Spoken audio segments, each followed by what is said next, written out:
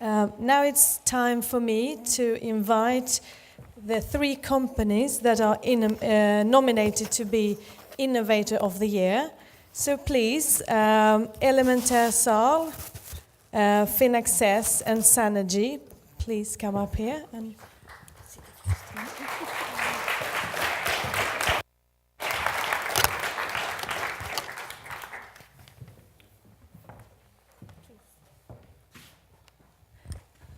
so please, David, have a seat on the right, and Andreas in the middle, and Sanjay to the left. And we're giving you a chance to make a 5-minute presentation of your respective business. So please, Andreas, go ahead. Thanks very much. Yeah, thank you very much for having the opportunity to speak here tonight. And I will briefly summarize what our project is about. So it's called elimentaire. The SRL is a Société à Responsabilité Limitée. That's simply the legal name. So I'm speaking here today, but actually we are a larger team. I have 3 colleagues down there in Madagascar. It's Florian on the left-hand side, who's running the operations on the ground and developing the markets there. And we have a couple, German-Malagasy couple, bringing a lot of agronomic expertise and expertise to work with smallholder farmers. So we have an exciting team down there, and I'm the strategic guy based in Berlin to do the planning, the strategies, and developing the concept to the next stage. So what are we doing? We are trying to tackle one of the most serious problems, which is malnutrition.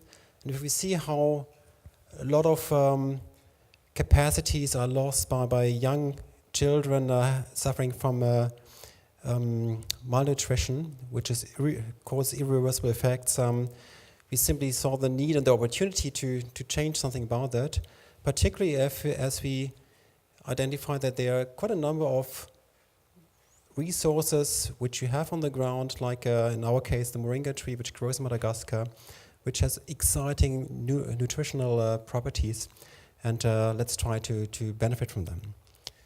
So that's the picture where we are located. It's this huge island of Madagascar, and we are in the semi-arid part of the island where actually fighting malnutrition is particularly important. So here we see the moringa tree, which we are working with, in 2 different growth stages. On the left-hand side, it's a closed snapshot from our plantation, where we have a high-intense agricultural production scheme on a very small size, intensive style, where we produced 2 tons of dried leaf powder last year.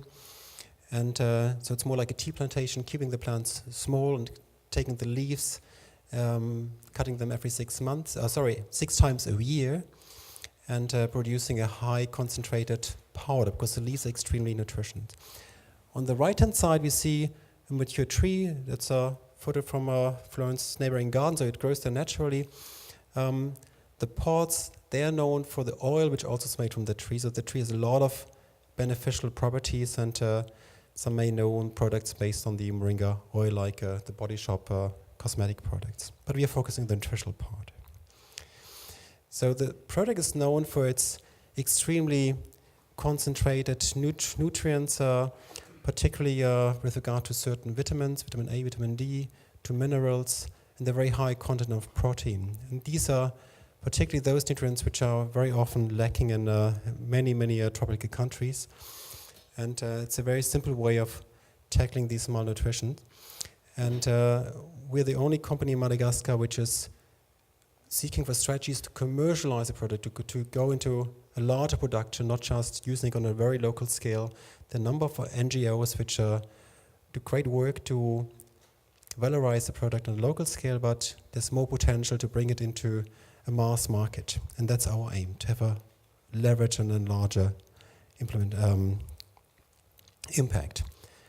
And we've been quite creative in getting the most out of it with regard to impact. So our main strategy is to mix this moringa dried leaf powder with other flours like maize, rice, wheat, and we developed recipes with a major Madagascan food distributor, tough, so like a 15% moringa powder and an 85% other flours is a good mix where you can create a fortified flour for many, many products.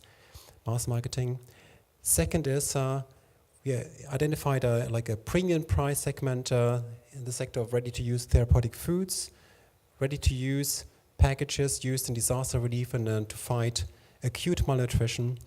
So we're looking for partnerships with large NGOs and then companies in that sector like Valid Nutrition or Nutriset to have also a profitable segment. Then quite amazing, we have a byproduct, the moringa powder with the fibers from the little twigs from the trees, and that's a very valuable additive to animal feed. There's some studies which show that there's a positive impact on the healthiness of the milk produced from milk cows if they benefit from moringa nutrients. So there may be an interesting additional impact from that end, even though we started to look into that market by using this byproduct of the fiber second quality moringa powder. And finally, we work with the our little intensive culture, but of course there are a lot of outgrower schemes we can add on. So once we have reliable offtake regimes, we will expand the collaboration with smaller farmers to also introduce moringa into their mixed agroforestry product schemes. They can use it also for themselves, but also sell dried leaf powder to our company, which also has the benefit that it's a product which you can store, because dried leaf powder is storable, and that's very often a key problem for farmers in remote areas, that they have products but they cannot reach markets in time until the products spoil. So there's quite a range of different strategies we can all base on this one single product, and there are other products we could also explore in the future. There's a lot of potential, a lot of things to do, and that we are excited to move to the next stage. Basically, this chart shows the business model. It's very difficult to reach out to base of the period markets, as we know. We've seen quite a number of projects here in this round. We have like a hybrid model. Here we target a high price segment, selling the product to companies making those ready-to-use therapeutic foods, then selling to the BOP markets with the fortified flour, and then the low-priced, second quality, grade product into the animal feed sector. And at this stage, next slide, and it's the last one already, we started to work with a local company which has existing networks to market. Here we have the lucky situation that it's a high price segment, but it's not a BOP market yet. So this company sells into drugstores throughout Madagascar. They have established marketing sales channels. They are willing to work with us on quality issues and on strategies to work into other BOP's market segments, like they are a partner of the Madagascan school meal program, and introducing fortified flour into schools is an ideal way to reach out to the young children where you have a very high positive impact. So that's our part at the moment, and we're using this phase funded by or co-sponsored by Sida to develop further partnerships to reach out to different markets on all those 3 different sides. We don't have to read the little text, it's simply our market researcher with whom we are in negotiations for the next growth phase. So that's a very brief overview of our company, our strategy, and you see it's a staged process. We're now in phase 2, developing partnerships to reach out to BOP markets. Once the model is established, we want to roll out on a bigger scale, and we are also already thinking about strategies to move beyond Madagascar, because we see there's a lot of potential to have more commercialized approaches to use this wonderful plant, moringa, which is still underutilized. Thanks so much.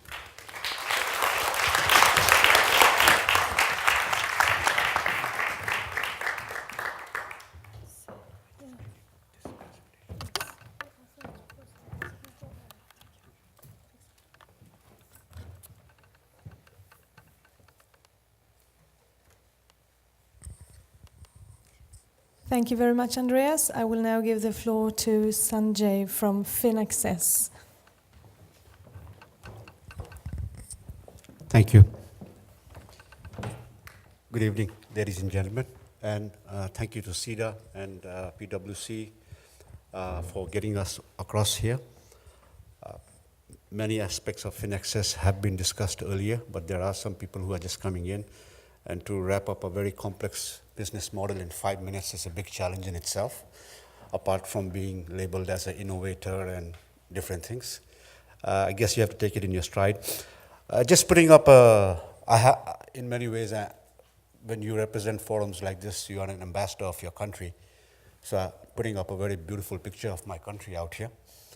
Anybody know what is the #1 export from Nepal? Wild guess? Tourism. Okay, #1 business, okay, tourism. That's one guess. Rainwater. Rainwater? Or you mean hydropower, right? Potential, okay. As an example, yeah? Skilled people. Well, that's the surprising part, yes. That's what we have become. It's very, very surprising. So just bringing a context of what Finaccess does. So I just wanted to put you into 3 very basic slides. First, migration and remittance has become a very critical part of our economy now. We just got out of a huge 10-year-long conflict, Maoist rebellion, which has now gone into a political transformation stage, and we still don't have a constitution as yet, even though we give those, okay, I don't want to use those words, 4 years. Original mandate was 2 years, but we still don't have a constitution. Anyway, it's nearing 60% of our population where someone receives a remittance from abroad. Very startling figures, okay? How much in monetary value? 2000 data actual measured was 259 billion rupees. Yeah? They say it's right now close to $4 billion. If you want to present it in context, the total ODA for Nepal for this year was $750 million. And we have $4 billion in remittance coming in. And where does it go? Unfortunately, it grows into a well that's drying up, because consumption is the #1 pattern. It goes in for heavy amount of consumption. Capital formulation, which can help you in poverty and shock absorption, literally does not exist, because there are no tools, because this money is going into our rural places, and it is creating a lot of social imbalances. Many places in Nepal you go to, you won't be able to find manpower. It's abroad. It's not in our country. It's quite a problem right now. And now the government has even allowed a certain category of women to also go for international employment. We are the #1 expatriate community in Qatar. Shocking, but true.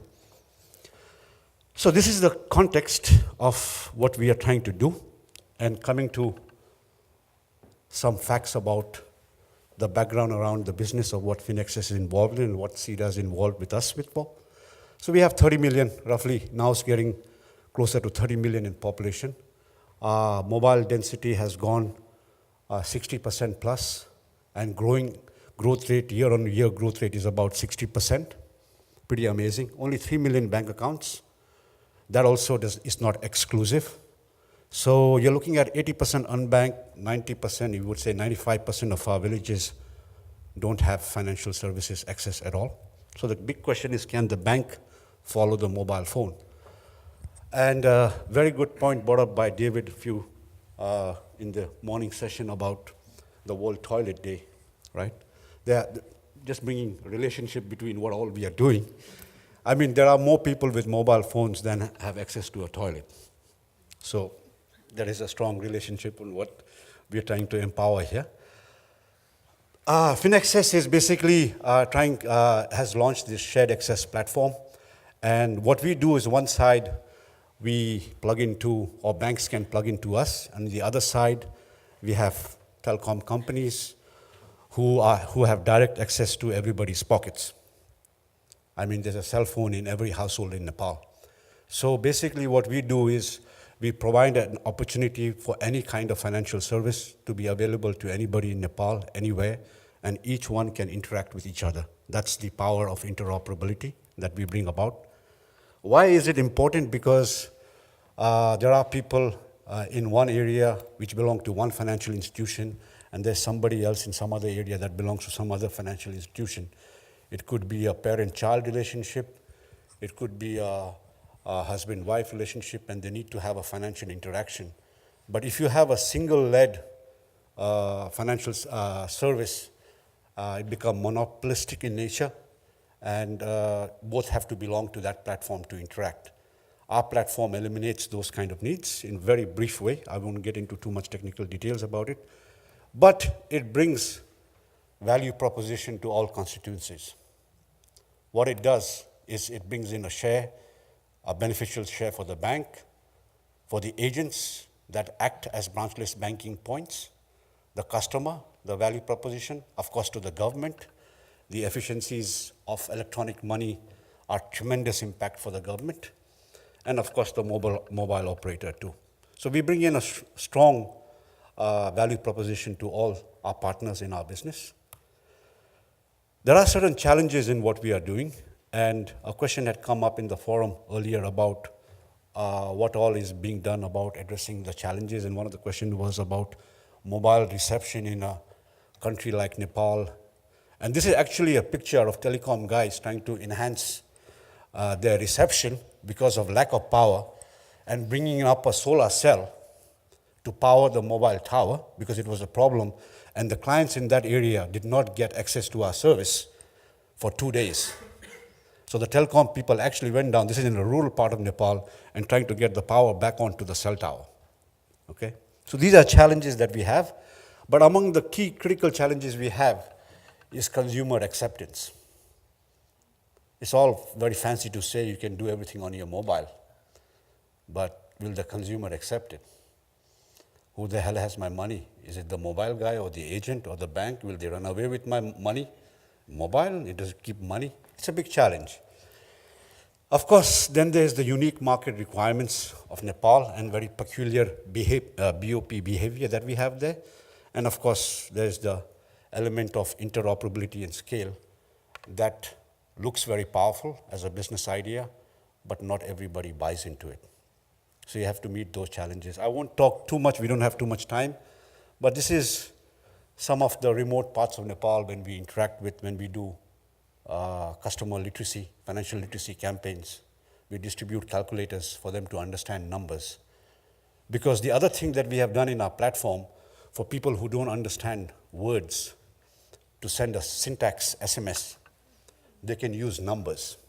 So instead of saying pay, they can type in 12. So we have a number alias because even illiterate people are numerically pretty good, because even poor people need to know how to count money.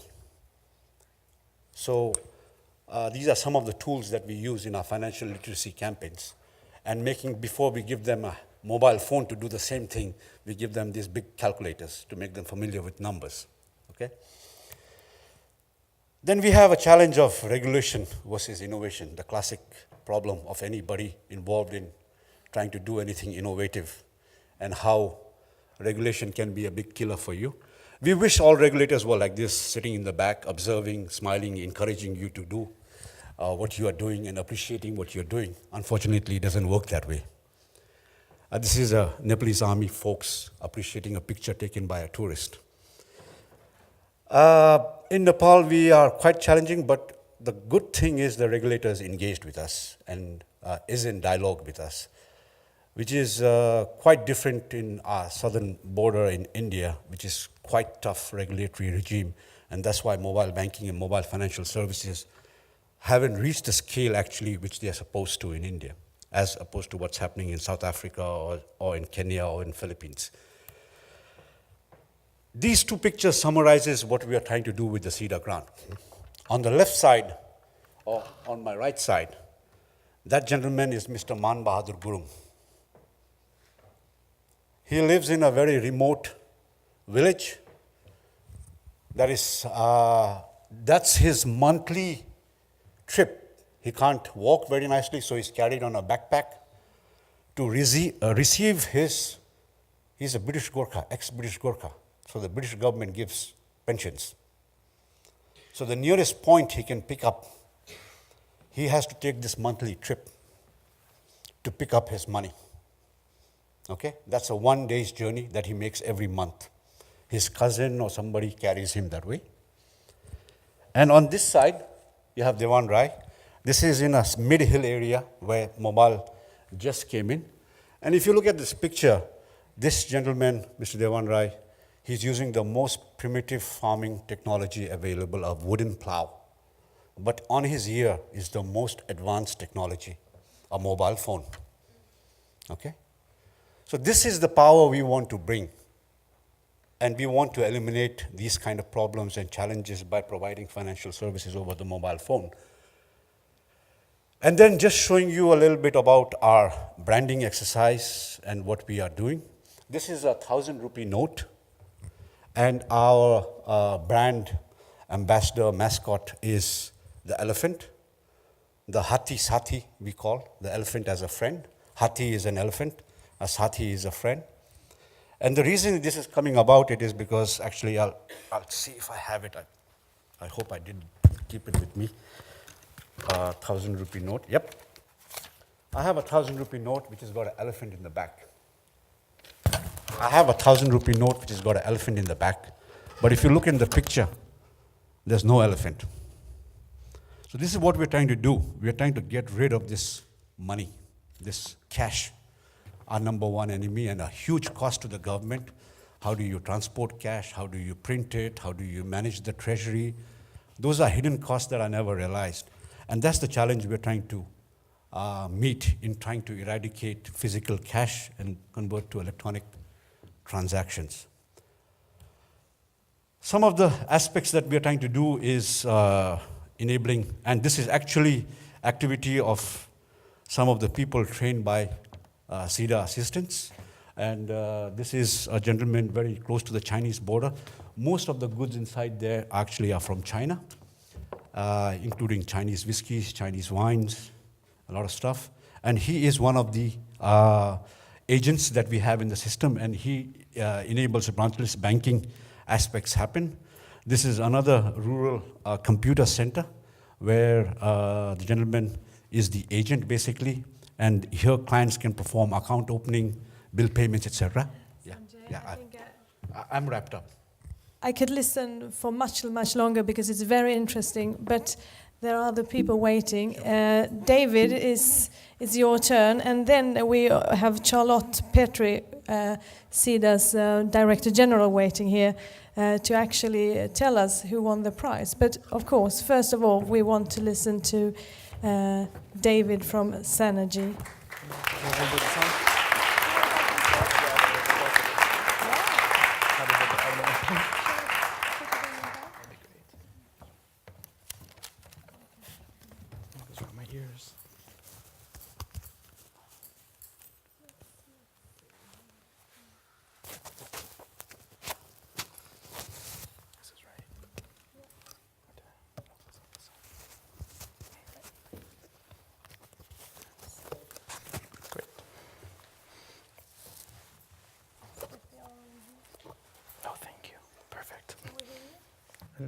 Is this on? Oh, perfect. All right, good afternoon. My name is David Auerbach, and I am the co-founder of Sanergy, and I'm just thrilled to be here on behalf of our team of 75 now in Nairobi, Kenya. So who here has used a clean toilet today? Well, Sanjay took the punchline, but 2.5 billion people in the developing world have not had that opportunity. And where I work, in the slums of Kenya, 8 million people lack access to adequate sanitation on a daily basis. What they do instead is resort to one of three options, of which one here is makeshift toilets. Simply a slat of wood that's been removed, and people go to the bathroom, and they pay to use this, and they pay to use this. Other options include public toilets, which are often far from where people are living, and flying toilets, which is a plastic bag which people use in the privacy of their own home and then throw into public areas when nobody's looking. But it's not just about providing a toilet. In fact, in Nairobi, 4 million tons of fecal sludge every single year get dumped into rivers and waterways. 90% of the waste in Nairobi, sewered or non-sewered, is never treated. So what we do at Sanergy is we're taking a systems-based approach to solving the sanitation crisis, and we're doing so in 3 steps: franchise, collect, convert.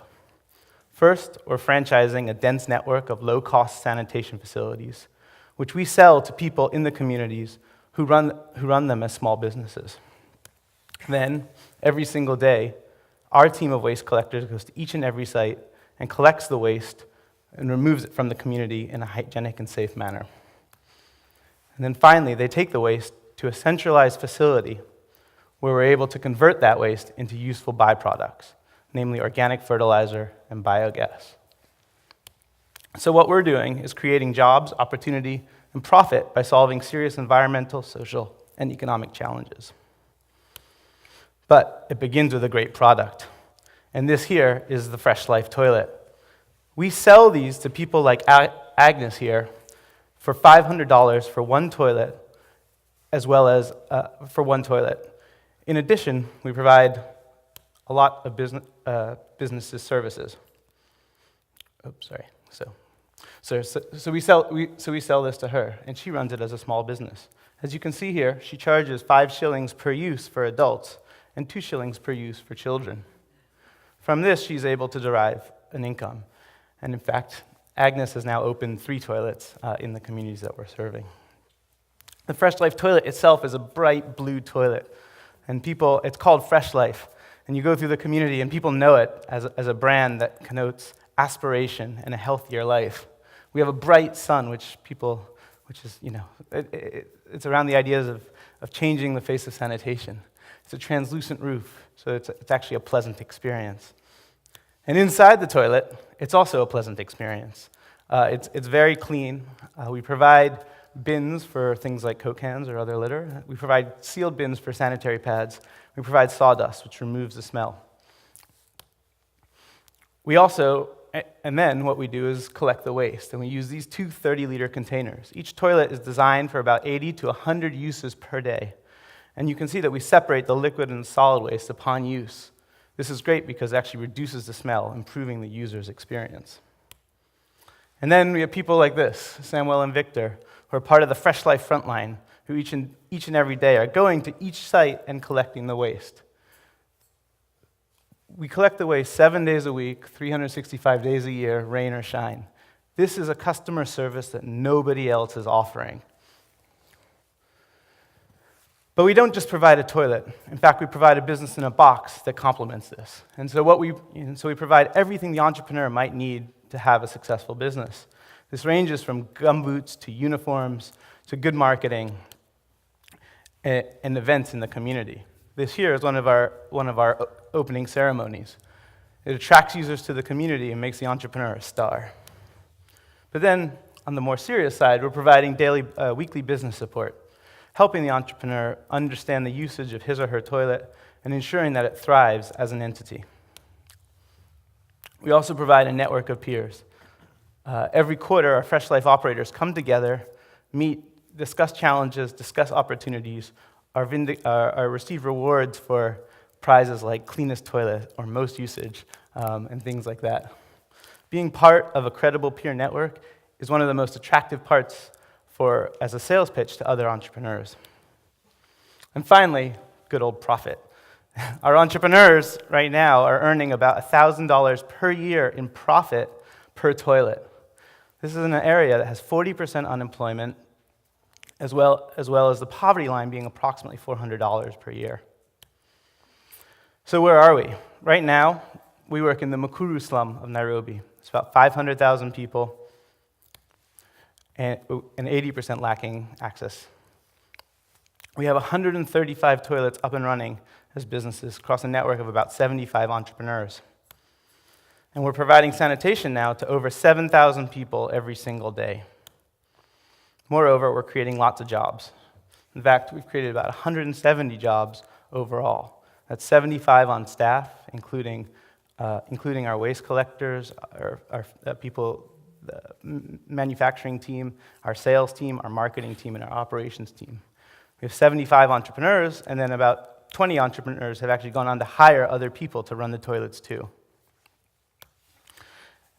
At the same time, we've given you sand instead of waste. We are collecting a lot of sludge. In fact, we're removing 2.5 tons of waste every single day from the community. This is waste that would have been very close to where people were living before, and now it's being safely removed. And what we're doing is converting it into a nutrient-rich organic fertilizer that we're able to sell to a variety of distributors and cooperatives that in time end up selling the waste, the fertilizer to smallholder farms. We've also started to experiment with biogas, and as we get to a much larger size, we'll actually be able to produce about 1 megawatt of power, which we can then sell to the grid through very supportive purchasing power agreements from the government. So that's where we are, and so we couldn't have done this without the support of Sida, whose credibility has helped us get a lot more other partnerships along the way.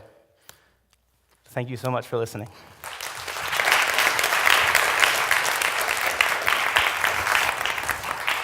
Thank you very much, David. Now I hand over to Ruth again.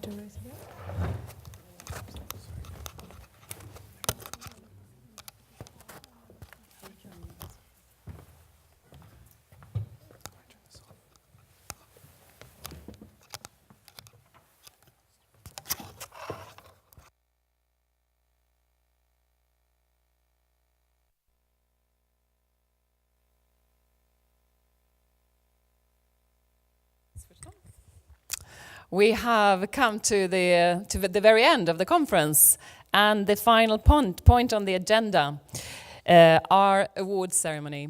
You have met the nominees, the nominating companies. I'd just like to mention a little detail, which is quite fun. A couple of us participated in the WWF Climate Solvers Challenge last week.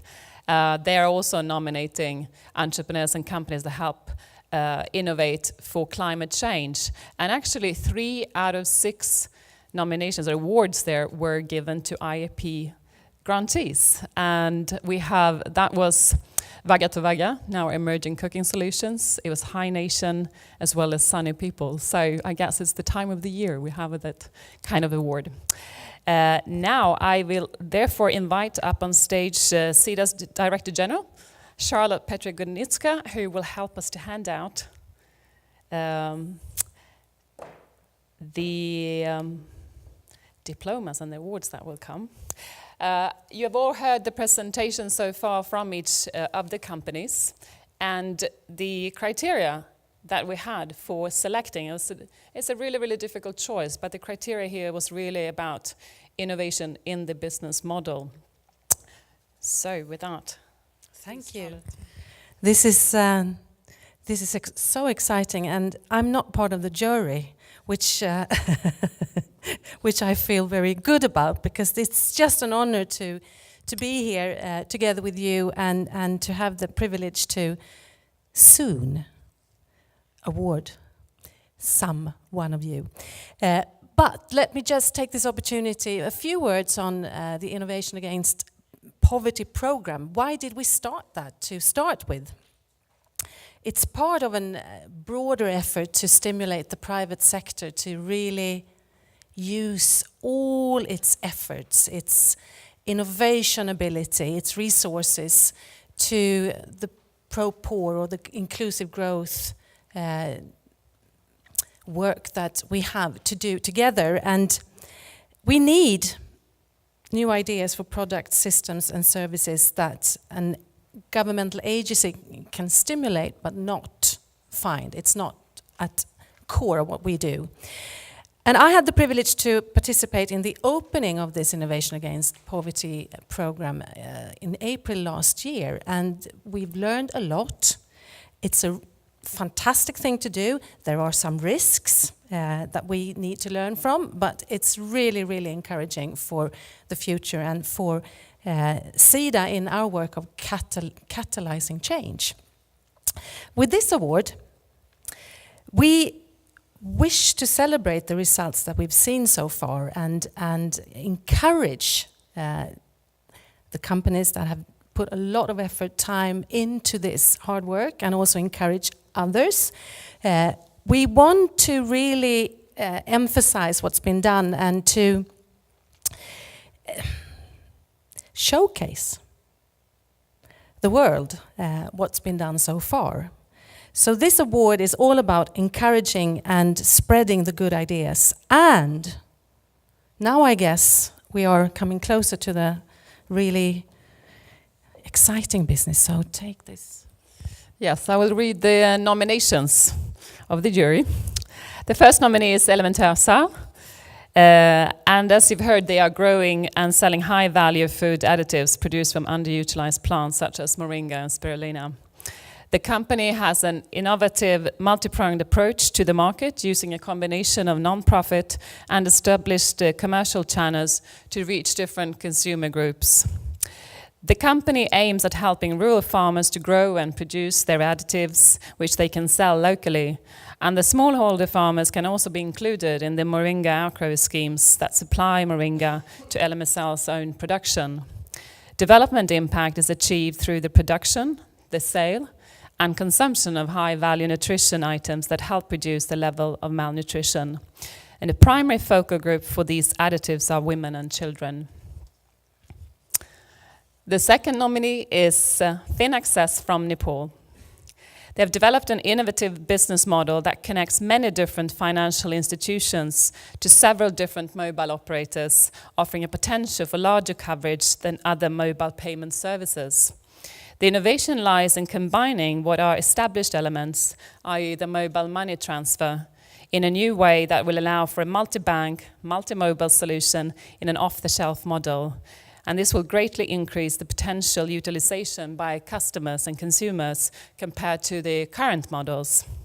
Development impact is achieved through providing access to financial services to unbanked people and deepening the offer to those that have limited banking services today.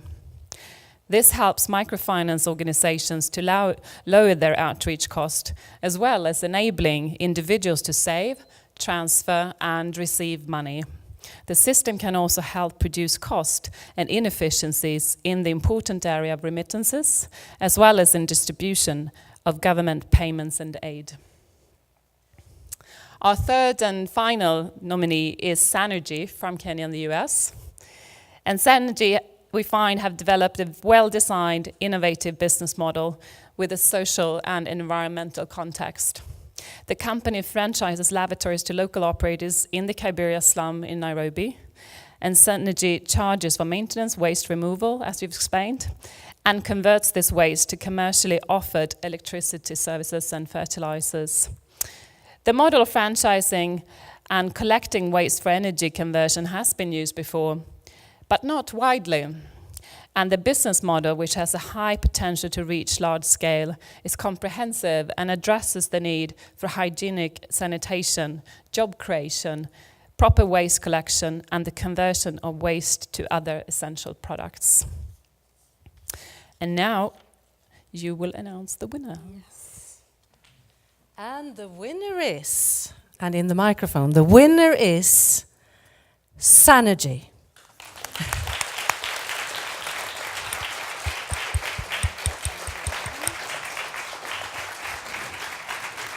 Swedish treats.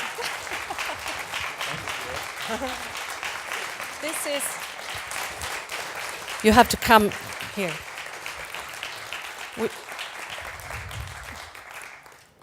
Can you see what it is? Well, I'm not sure it's Swedish. Selective favorites of chocolate. So you're supposed to, start your process. Sure. And this is for you to open. Thank you. Thank you. Thank you so much. Take back home. Thank you so much.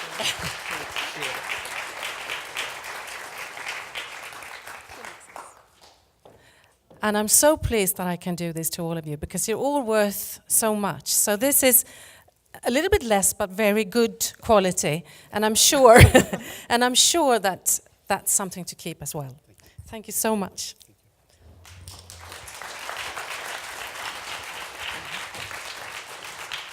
And I didn't hear your presentation because I was a bit late, but I heard that it was very, very appreciated. So, same goes for you. I hope you will have a good memory of this, and we will certainly showcase all of what you've done. So thank you very much. Thank you.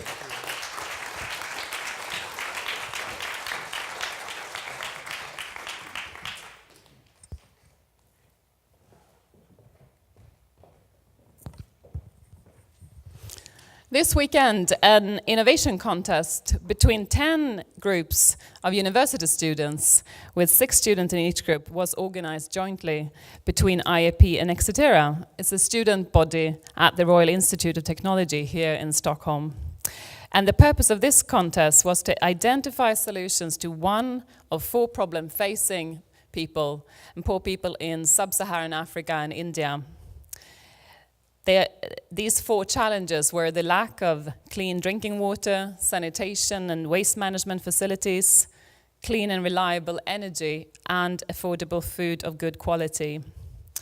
And it's very encouraging to see that so many students wanted to engage in thinking about how many of the world's poor live their everyday lives and the challenges that they are facing. So over 80 students expressed their interest, and we could only accommodate about 60 students to participate. So the jury had a very difficult task this time to select a winner among all the creative ideas that in the end 9 teams came up with. And so this actually happened on Friday till last night. It was quite an intense session. And I visited them yesterday. It was wonderful to see. The shortlisted teams which we invite on stage are ECOOP, solar stoves, and aquaponic, if we have the representatives here. Yes? Now it's going to be a little bit tight with the chairs.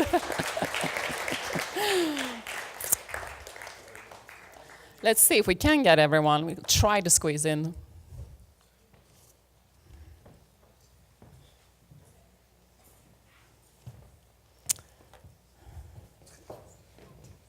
Can we fit you all in? You can push the chairs aside. Well, I can move, I guess. All spotlights, all light on them, really. I will read the nominations of the jury. Well, can we see, actually, hands up, which team is which? Where do we have ECOOP? You're all spread out. Among your competitors, yeah. And solar stoves, or you have another name, it as well. Yes, and aquaponic is there. Yes. Aquaponics. So, ECOOP, a project that intends to place Ecosan lavatories already in use in India in a slum area in Addis Ababa. By paying for fishes, they will collect and treat them in existing fertilizers factories and export them to Europe under a fair trade brand. They estimated that the sales in Europe would lead to a price premium of about 50% compared to the local market, which would cover the additional cost of transport. And collection of the urine would be used as a fertilizer locally. The second team is Aquaponics. Their proposition is, you may have heard this before during one of the presentations, but their proposition is to combine fish and vegetable farming, where the fish would provide nutrients for the vegetable grown. The technology they looked at was originally used in South America hundreds of years ago already, and recently sort of rediscovered in Australia and New Zealand. Australia, North America. The uptake, however, has been curbed by the high initial investment cost, which is about $3,000 to $4,000.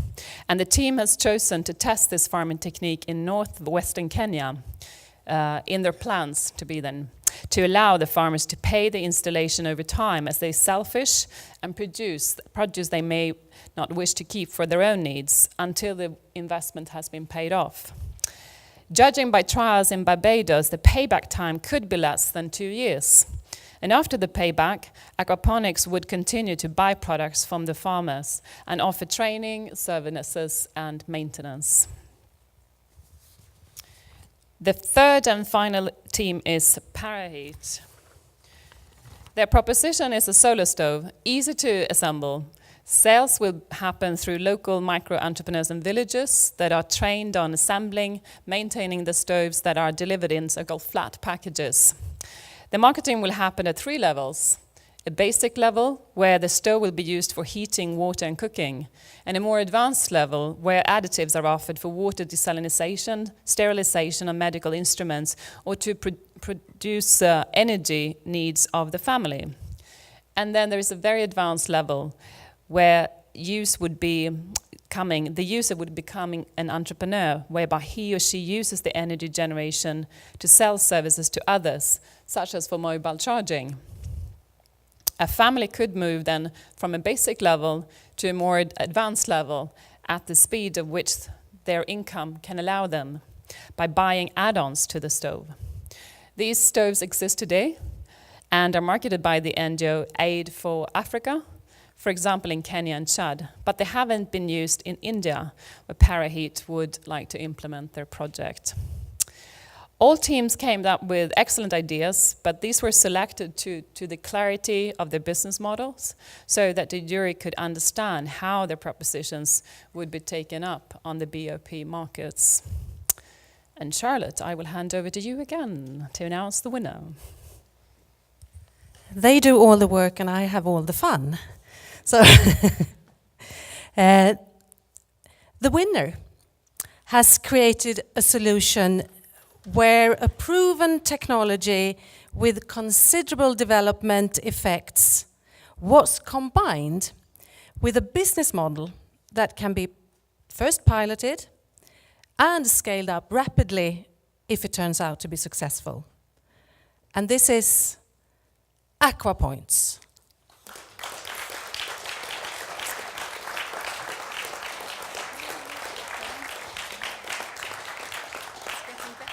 Yes. Thank you very much. All right, and then we have the nominating companies. We hand over this is ECOOP. All right, do we have ECOOP? Somebody from ECOOP?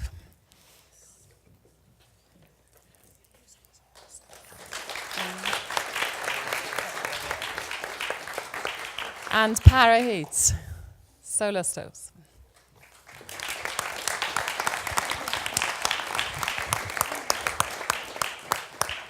Yeah, big applause. Thank you so much for actually taking part in this competition. It was really pilot. It was the first time we did it. But we know that lots of students have all the creativity and initiating power to just get things started. And if some of you were here to hear the Ushahidi presentation, they set up a business which is now worldwide operational in 3 days only. So there you go. You can do it. Thank you so much. Thank you.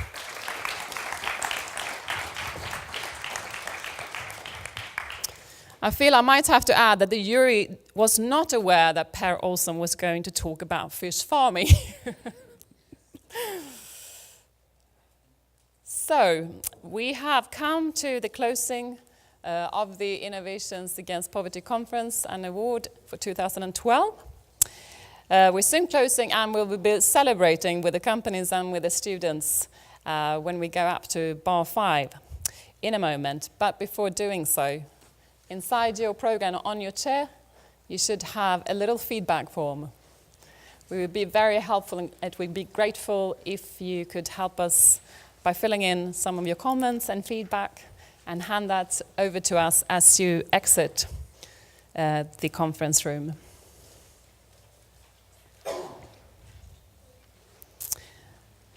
If you want to reach the IAP team, you can reach us at the general email, of course, and this is the team, and we are also on Facebook, so there's another opportunity to interact there. I think in the morning we stood up as the team, and we can do it again, so for those of you who want to have a chance to talk to us, IAP team members, if you can stand up, please. Here we are.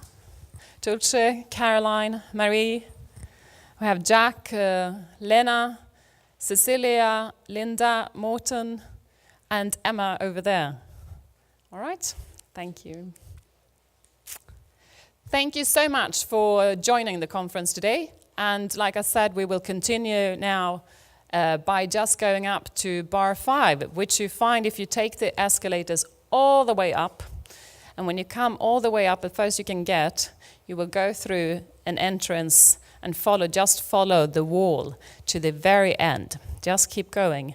And I think Marie will show the way when we're done. Okay. Yes, you need to take all things with you. Of course, your own valuables. We're not coming back here. That's right. You do need to get, no, not to get in, but to get a drink. We'll do it that way. If you want a drink, you'll complete the feedback form. If you're still watching online and would like to get in touch with us as a team or like to provide your feedback, you're most welcome to do so. You won't get the drink at our expense, I'm afraid. But thank you so much for joining and following.